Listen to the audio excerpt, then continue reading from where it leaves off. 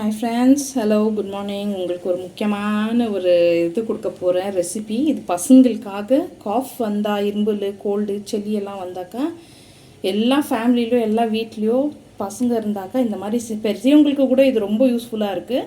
ஆனால் இது கண்டிப்பாக நீங்கள் இந்த மாதிரி செஞ்சு வச்சிங்களனாக்கா எப்போ என்னாலும் காஃப் சிரப்பு எல்லாம் மெடிசன் எல்லாம் சைடு எஃபெக்ட்ஸ் தான். வீட்டில் அருமையான மருந்துங்க இருக்குது. அதை நாம் யூட்டிலைஸ் பண்ணால் செஞ்சால் கொஞ்சம் கஷ்டம்தான், கஷ்டம் கூட கிடையாது. இது ரொம்ப சுலபமாக இருக்குது. செஞ்சு பாருங்கள். அதுக்கப்புறமா நீங்கள் ட்ரை பண்ண பிறகு உங்களுக்கே தெரியும் காஃப். ஏன்னா எங்கள் பசங்களுக்கெல்லாம் ரொம்ப எஃபெக்டிவாக இருக்குது காஃப். நான் மருந்து இல்லாமல் இதுலேயே சரி பண்ணுறேன் காஃப் எல்லாம். ஸோ இதுக்கு தேவையான பொருட்கள் வந்து ஒரு 5 ஏலக்காய், 5 to 6 ஏலக்காய் எடுத்திருக்கேன். ஒரு 20 to 25 பெப்பர், மிளகு, அப்புறமா ஒரு 15 லவங்கம், க்ளோவ், இது வந்து பட்டை, சினிமம், இது ஒரு பெரிய பீஸு, இவ்வளோ பெரிய பீஸு ஒரு 2 எடுத்திருக்கேன். அப்புறமா ஒரு இவ்வளோ பெரிய பீஸ் இஞ்சி, இவ்வளோ சைஸில் ஒரு இஞ்சி, அதை சின்னதாக கிரேட் பண்ணி வச்சுருக்கேன், சின்னதாக. ஏன்னா அதை வந்து நம்ம அப்படியே போட போகிறோம். அதுக்கு தேவையான இது வந்துட்டு வெல்லம், குட், இது வந்து இது என்ன சொன்ன ஜாகரி, இதை வந்துட்டு நான் துருவி வச்சுருக்கேன். ஒரு 2 to 3 ஸ்பூன்ஸ், பெரிய ஸ்பூனில் ஒரு 3 ஸ்பூன் அளவுக்கு வரும் இது. இதை எப்படி செய்யுதுன்னு காமிக்கிறேன். ஒரு கடாயில் வந்துட்டு பாருங்கள், கடாய் நான் ஹீட்டுக்கு வச்சுருக்கேன். இந்த கடாயில் வந்துட்டு ட்ரை இன்க்ரீடியன்ட்ஸ், இந்த நம்ம பட்டை எல்லாம் வச்சுருக்கோம் இல்லைங்களா, பட்டை, லவங்கம், ஏலக்காய், இது எல்லாத்தையுமே லோ ஃப்ளேமில், ரொம்ப லோ ஃப்ளேமில், தீச்சிடக்கூடாது. இது முக்கியமாக இதை லோ ஃப்ளேமில் கொஞ்சமாக சாட்டை பண்ணிக்கோங்க. ஒரு லைட்டாக நம்ம அந்த இது வேணும் நம்மளுக்கு.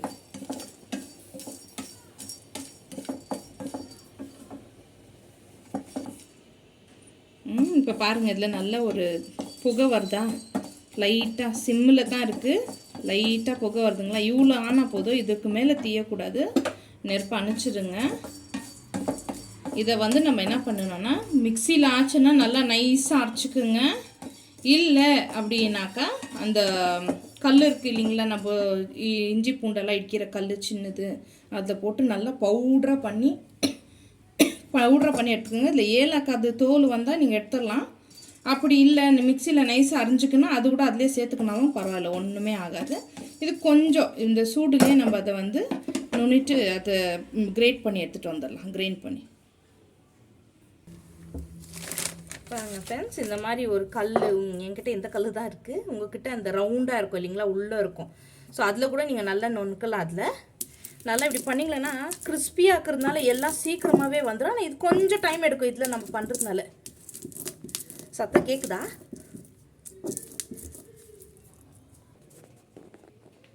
இதுக்கு நடுவில் இதே கடாயை நம்ம அண்ணலுக்கு வச்சுட்டு இதில் நம்ம என்ன பண்ணலாம், இல்லை இது வேண்டாம். இந்த மாதிரி ஒரு தாளிக்கிற ஒரு கடாய் சின்னதாக வருது இல்லைங்களா, வித் ஹேண்டில், இந்த மாதிரி இருந்தால் போதும். ஏன்னா நிறைய குவான்டிட்டி இல்லை. ஸோ இந்த மாதிரியில் நம்ம இதுக்குள்ளே வெள்ளை போட்டுடலாம். பாருங்கள் ஃப்ரெண்ட்ஸ், இந்த மாதிரி பாக்கம் வந்து வரணும், கெட்டியாக வரணும். நம்மளுக்கு வந்து இந்த மிட்டாய் செய்கிறோம் இல்லைங்களா, கலக்கா மிட்டாய், அந்த மாதிரி ஒரு பாக்கம் வந்துட்டு நம்ம பண்ணுற இந்த வெள்ளத்தில் வரணும். வந்த பிறகு தான் நம்ம எல்லா இன்க்ரீடியன்ஸும் இதில் போட்டுட்டு ஆட் பண்ணிவிட்டு அது சாக்லேட் மாதிரி ஒரு நல்ல ஒரு தட்டில் ஊற்றிட்டு நம்ம அதை இது பண்ண போகிறோம். நான் ஒரு முறையாக காமிக்கிறேன் உங்களுக்கு.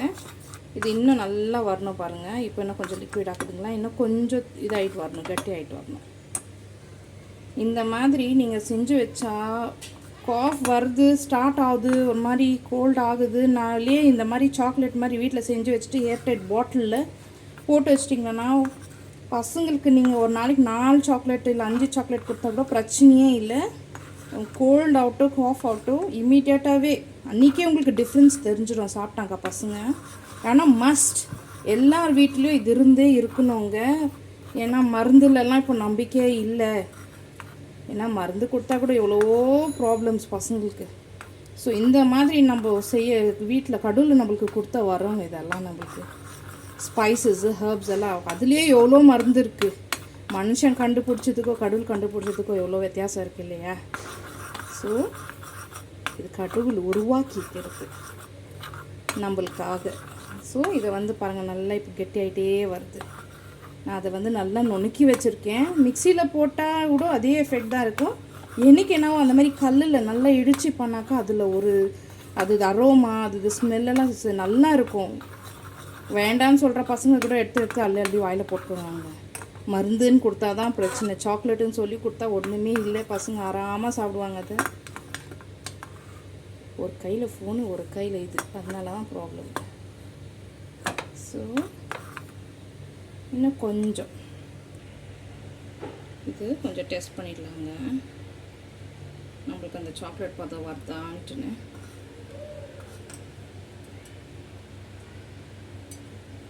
சாக்லேட் பதம் வந்துச்சு, இந்த பதம் இருந்தால் போதும். இதில் வந்துட்டு இந்த துருவி வச்ச இஞ்சி,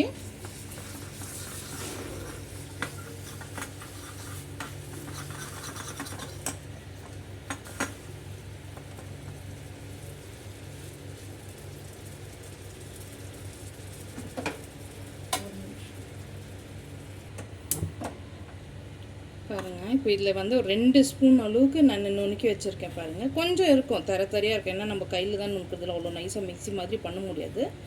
பட் இது ஓகே. அது வாயில் சாப்பிடும்போது துப்பியாக கொஞ்சம் கடிக்கும் பசங்களுக்கு. இதெல்லாம் நல்லா கலந்து ஒரு 2 மினிட்ஸ் அதில் இதாயிடுச்சுன்னா பரவாயில்ல, போதும்.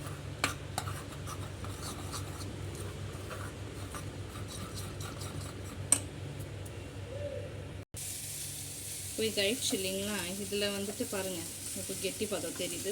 இந்த மாதிரி ஒரு தட்டில் நான் எண்ணெய் லைட்டாக, எந்த எண்ணெய் வேணாலும் தடவிக்கலாம் நீங்கள், தேங்காய் எண்ணெய்.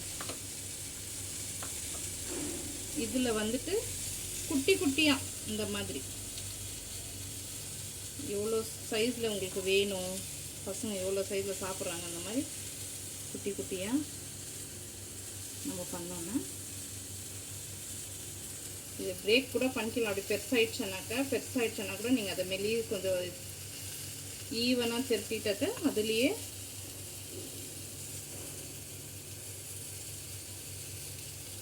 இந்த மாதிரி தூரமாக போட்டு பாருங்கள். நான் இப்படி ஊற்றின பிளேட்டில் இது என்ன இருந்ததுனால எல்லாம் அப்படியே சரிஞ்சு ஒன்றா சேர்ந்துச்சு. இந்த மாதிரி நீங்கள் உருண்டை பிடிச்சி கூட வச்சுக்கலாம். பாருங்கள் எவ்வளோ ஈஸியாக உருண்டை பிடிச்சி வந்துச்சு.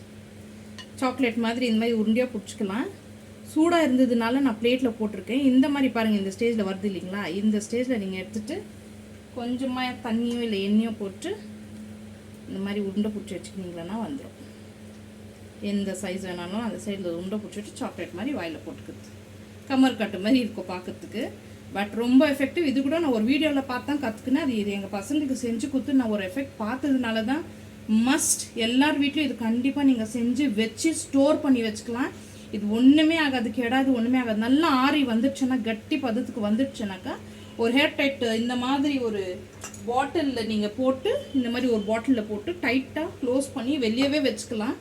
எப்போ பசங்களுக்கு எஃபெக்ட் ஆகுது, கோல்ட் ஆகுது, சின்ன பசங்களுக்காகட்டும் பெரியவங்களுக்காகட்டும், நீங்கள் சைஸ்க்கு ஏற்ற மாதிரி நீங்கள் அதை ஒரு உருண்டை கொடுத்துடலாம்.